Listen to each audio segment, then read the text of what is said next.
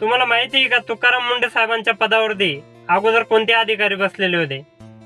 तर त्यांचं नाव आहे श्रीधर दुबे. हे त्या पदावरती बसलेले होते. हे फेब्रुवारी 2026 ते मे 2026 पर्यंत यांनी त्या पदावरती कार्य केलं. जवळपास 3-4 महिने त्या पदावरती ते बसलेले होते. पण त्यांनी तुकाराम मुंडे सारख्या धडक कारवाया करताना आपल्याला ते दिसले नाही. इमानदारीने काम करता वेळेस ते आपल्याला दिसले नाही. पण जाऊ दे, त्यांच्याकडे कालावधी कमी होता. तसं पण खूप कालावधी झाला तो. 3-4 महिने म्हटल्यावर कमी नाही. तुकाराम मुंडे साहेबांनी जवळपास 1-1.5 महिन्यातच पूर्ण खुलासा करून टाकलेला आहे. पण यांनी 3-4 महिन्यामध्ये सुद्धा काहीच करून दाखवलं नाही. ठीक आहे, हा विषय द्या सोडून. यांच्याकडे 3-4 महिनेच होते.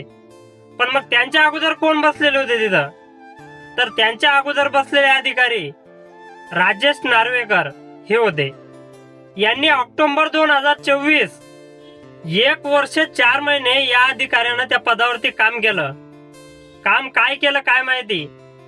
पण जशा प्रकारे तुकाराम मुंडे साहेब कार्य करतायत त्याच पद्धतीने यांना कार्य करायला काय प्रॉब्लेम होता, काय अडचणी होत्या यांना कार्य करायला.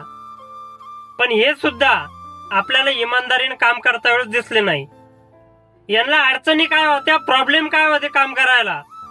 ज्या प्रकारे तुकाराम मुंडे साहेब कार्य करतायत तसं कार्य करायला यांना प्रॉब्लेम काय होते.